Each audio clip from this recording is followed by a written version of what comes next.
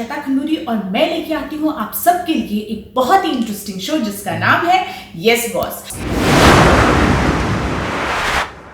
वैसे दोस्तों, अभी बीच में आपने सुना होगा कि देश की इकोनॉमी को ठीक करने के लिए शराब की दुकानों को खोल दिया गया था। और ये बात सुन के हमारे जितने भी भाई बहन हैं जो शराब का सेवन करते हैं उनका सीना गर्व से चौड़ा हो गया कि लोग हमें निकम्मा कहते हैं, लेकिन देश को आगे बढ़ाने में हमारा भी हाथ है।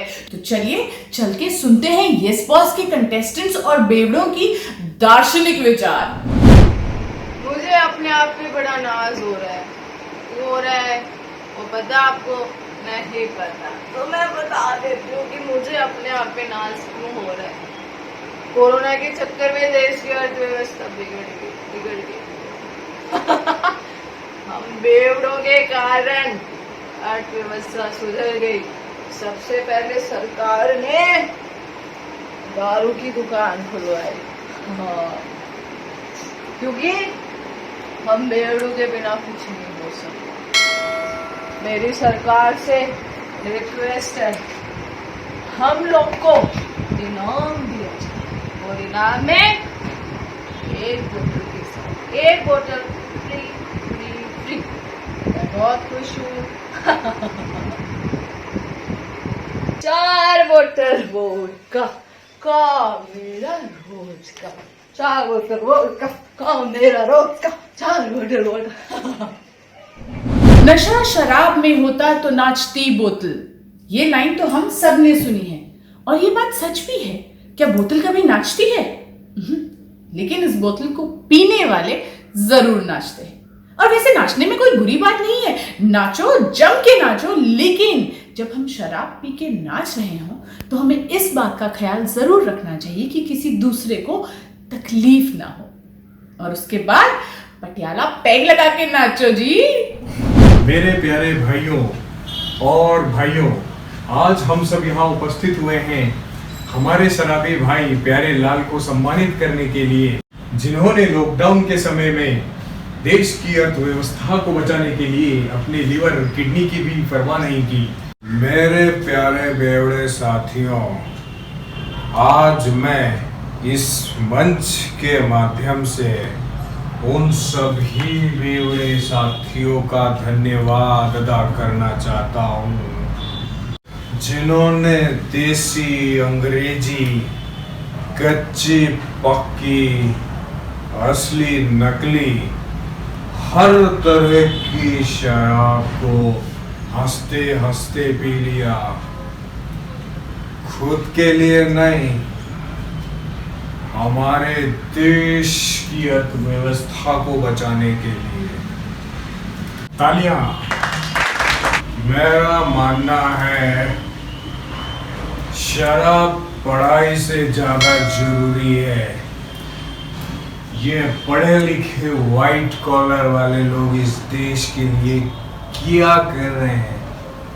मैं इस सभा के माध्यम से सरकार से मांग करता हूं कि वो हमारी समस्याओं पर ध्यान दे।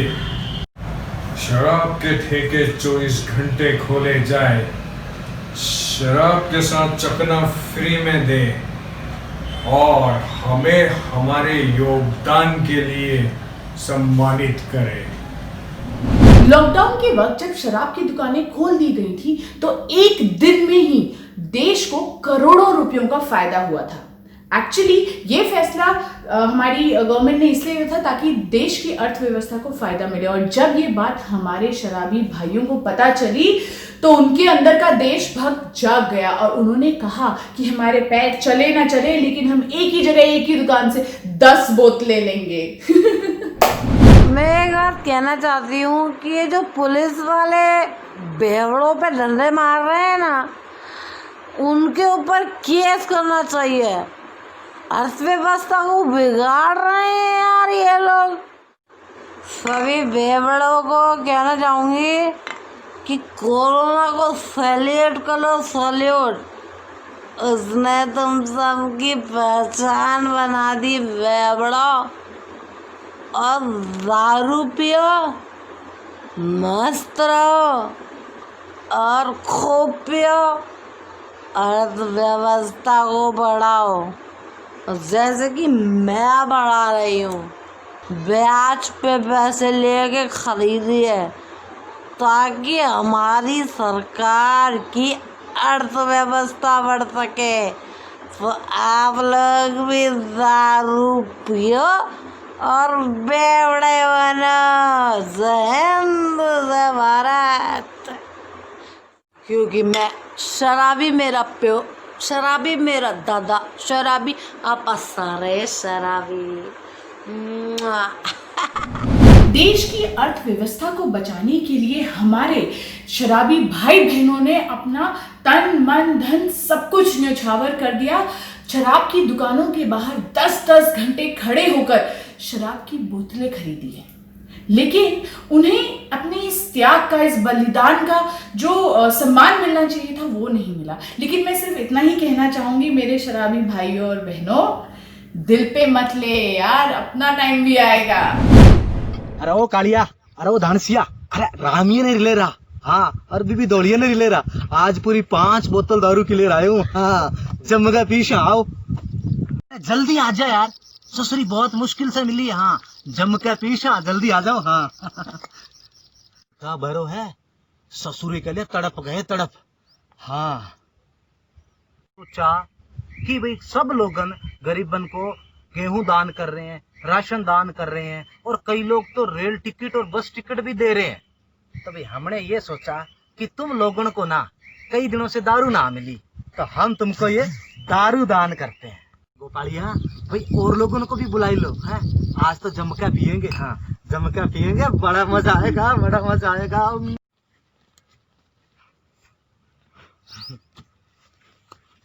हेलो हेलो भाइयों, आज जो देश की अर्थव्यवस्था है उसको उठाने में हम बेवड़ों का बहुत बहुत बड़ा हाथ है। अरे जब तुम निकम्मा समझते थे हमें, हाँ, हम निकम्मे नहीं है। जब देश कठिन परिस्थितियों में फंसा था, बेवड़े काम आए, बेवड़े। मैं देश के प्रधानमंत्री से, हमारे मुख्यमंत्री से ये गुजारिश करता हूँ कि बेवड़ों के लिए एक बेवड़ा आयोग की स्थापना की जाए, और जिस तरीके से हमने इस देश की अर्थव्यवस्था को यूं उठा दिया, हमें भी बेवड़ा पेंशन मिलनी चाहिए। ये मांग हम सारे बेवड़ों की तरफ से मैं उठाता हूँ। अगर हमारी मांग नहीं मानी गई तो हम सारे बेवड़े धरना देंगे और पीना बंद कर देंगे, बंद। बेवड़ा पार्टी जिंदाबाद। शराब का पुराना नाम है मदिरा, और मदिरा का जिक्र तो हमारे ग्रंथों और पुराणों में भी है। इसका मतलब ये है कि मदिरा इतनी बुरी चीज नहीं है जितना समाज ने उसे बना दिया है। अब अगर आप थोड़ा थोड़ा लेंगे तो वो लाभदायक होती है। अगर आप घी और दूध भी ज्यादा लेंगे तो वो आपके शरीर का सत्यानाश ही करेगी। तो मुझे लगता है कि हमें शराब को नहीं, शराबियों को दोष देना चाहिए जो शराब का नाजायज फायदा उठाते हैं।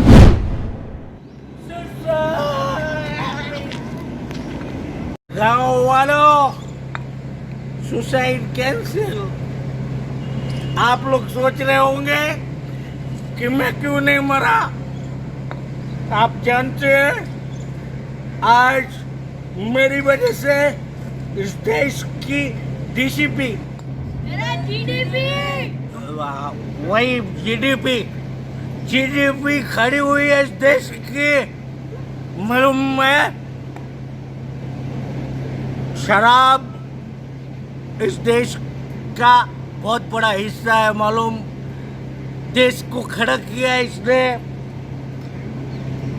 हम इस देश की अर्थव्यवस्था को कंधों पे लेके खड़े हुए हैं।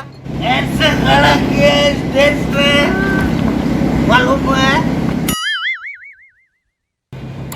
मोदी जी को मैं फोन करके ये बोलूंगा कि मोदी जी, हम हैं जो भारत है, जी देश है, हम भाइयों के लिए प्याऊ लगाओ, दारू के प्याऊ नल लगाओ, दारूड़िए बढ़ने चाहिए खूब सारे, सस्ती करो दारू सस्ती, ताकि आम आदमी पी सके, आम मजदूर भी पी सके, सबके लिए दारू सस्ती करो मोदी जी। आज से मोदी जी को बोलेंगे दारू वालों की जय, दारू वालों की जय, बेवड़ों की जय, शराबियों की जय। जब देश में चारों तरफ सन्नाटा छाया हुआ था, हर सड़कें गली मोहल्ला सुनसान थे और सबके दिलों में कोरोना का खौफ था, उस वक्त जब हमारे देश के शराबी भाइयों को पता चला कि देश की अर्थव्यवस्था को संभालने के लिए शराब की दुकानें खोली जा रही हैं, तो उन सब देशभक्त शराबियों के दिल में सिर्फ एक ही गाना था, हम जिएंगे और मरेंगे ए शराब तेरे लिए। शुक्रिया शुक्रिया, पर लॉकडाउन के पीरियड में सरकार ने हमारा बिल्कुल ध्यान नहीं दिया। देश के हर नागरिक के पास खाने को रोटी, खाने को चावल, दूध दही सब्जी सब कुछ था, मगर हमारी दारू बंद कर दी। अच्छा नहीं किया सरकार। फिर एक दिन लॉकडाउन खुलता है और हम एक लंबी सी लाइन में खड़े होकर दारू लेते हैं, क्योंकि हम लोग देश के जिम्मेवार नागरिक हैं ना।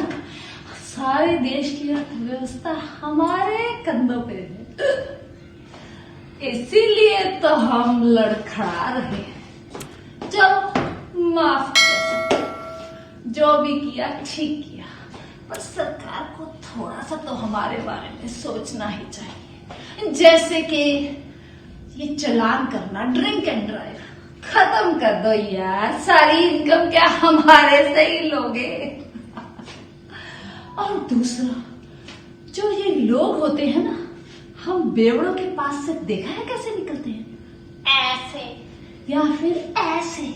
इसका मतलब हमें तो सोशल डिस्टेंसिंग के एम्बेसडर टाइटल दे देना चाहिए। लाइन तो आपने सुनी होगी, मंदिर मस्जिद बैर कराते मेल कराती मधुशाला। एक मुस्लिम आदमी को मंदिर में जाने से पहले 100 बार सोचना पड़ता है, वहीं एक हिंदू आदमी को मस्जिद में जाने से पहले 100 बार सोचना पड़ता है। लेकिन इन दोनों को एक मधुशाला में जाने से पहले जरा सा भी सोचना नहीं पड़ता। वहां ये एक दूसरे के दोस्त होते हैं, एक दूसरे से बात करते हैं, एक दूसरे का दुख दर्द शेयर करते हैं, एक दूसरे के दोस्त होते हैं। वहां इनके बीच में नफरत नहीं होती, और जहां नफरत नहीं होती वहीं परमेश्वर बसते हैं। नशा शराब में होता तो नाचती बोतल, नशे में कौन नहीं। हाँ?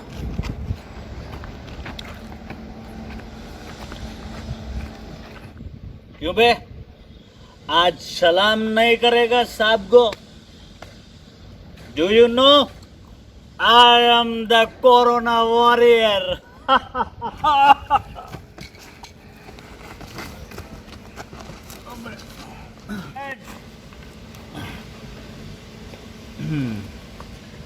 तुम लोगों को मालूम है, अरे सब लोग मुझको बोलते थे ये बेवड़ा है, दारू पीते है, लेकिन आज तुम लोगों को पता चला, अरे हमारी वजह से तो देश की अर्थव्यवस्था खड़ी है।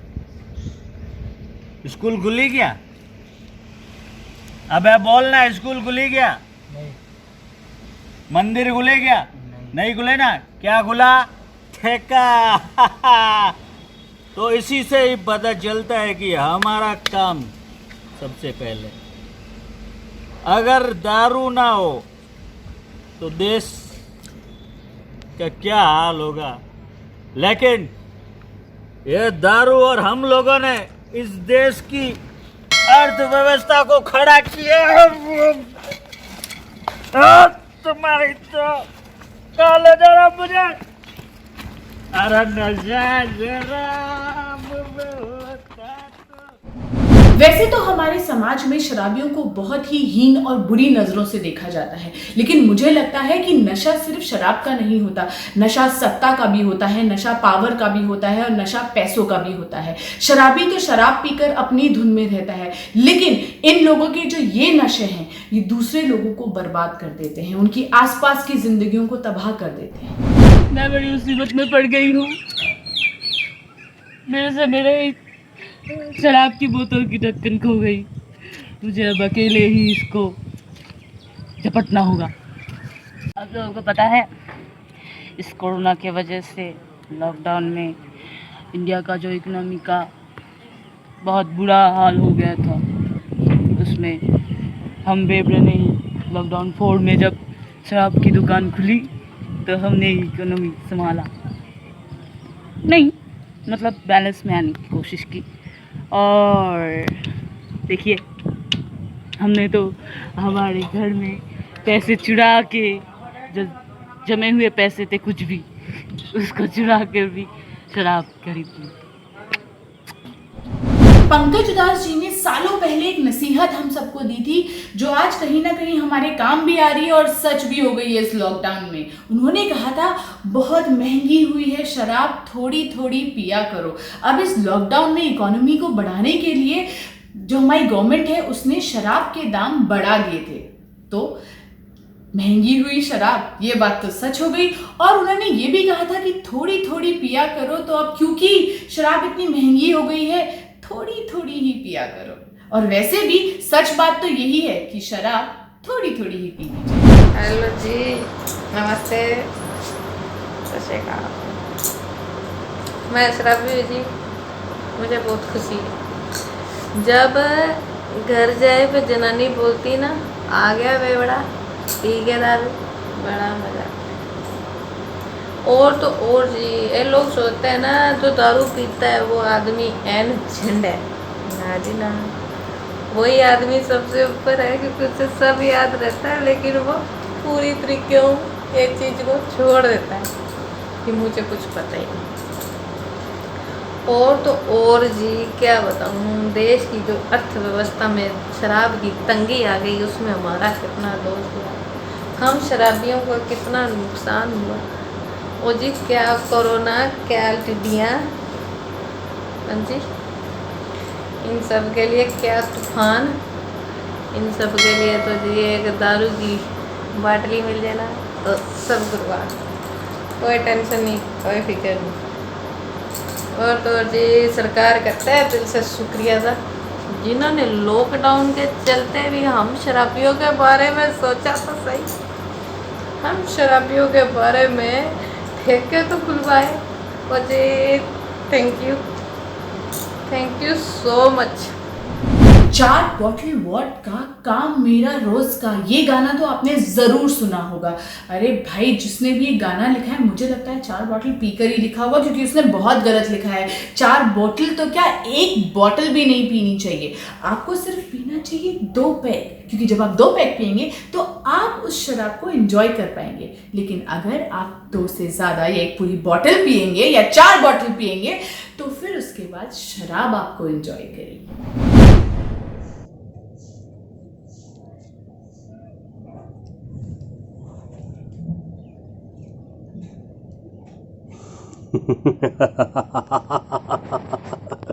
नमस्कार। अभी कोविड-19 महामारी में आप सभी लोग जानते हैं कि सरकार ने सभी तंत्र मंत्र जंत्र सभी हथियार अपनाए, लेकिन फंडिंग नहीं हुई। हमने सुझाव दिया, हमारी बात पर सरकार ने विचार किया और 4 मई को सभी दारू के ठेके खोल दिए गए। मात्र 1 घंटे में सरकार की जो आमद थी, एक शहर से करीब 50 करोड़ रुपए। दूसरे दिन समय को बढ़ाया गया। 1 दिन की आमद, 1 दिन की कमाई 700 करोड़ रुपए लगभग एक स्टेट से, हमारे देश के करीब 28 राज्य से, प्रत्येक राज्य से 700 करोड़ की आमद। अब देखिए दोस्तों, कितना बड़ा सपोर्ट रहा इन बेवड़ों का। लोग कहते हैं, हर समाज में उनको तिरस्कारित करते हैं, साला ये तो बेवड़ा है, ये तो बेवड़ा है। लेकिन सरकार को चलाने के लिए बेवड़ा कितना बड़ा सपोर्टर साबित होते हैं। दोस्तों, यदि इस यस बॉस शो के माध्यम से हमको मौका मिलता है तो हम सबसे पहले इन बेवड़ों को एकत्रित करेंगे। हर चौराहों पर एक होर्डिंग्स, बड़ी शराब की बोतल की होर्डिंग्स लगा करके इन बेवड़ों की फोटो वहां एग्जिबिट करेंगे और हम स्वयं सभी राज्य के, सभी क्षेत्र के बेवड़ों को एकत्रित करेंगे और हम जूतों से इनका स्वागत करेंगे। आओ, छी, जूतों से नहीं, इतना बड़ा योगदान इन बेवड़ों का, हम जूतों से सम्मान करेंगे? नहीं, हम स्वयं उन्हें माल्या अर्पित कर माला से हम उनका स्वागत करेंगे।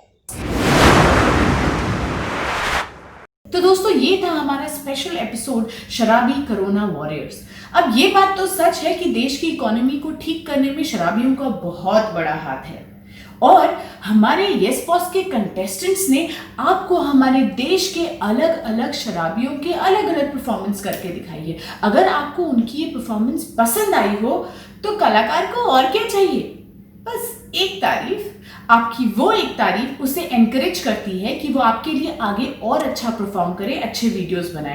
अगर आपको हमारा ये एपिसोड पसंद आया है तो इसे अपने फ्रेंड्स को शेयर कीजिए, लाइक कीजिए और हमारे चैनल को सब्सक्राइब कीजिए। मिलते हैं अपने नेक्स्ट इंटरेस्टिंग एपिसोड में।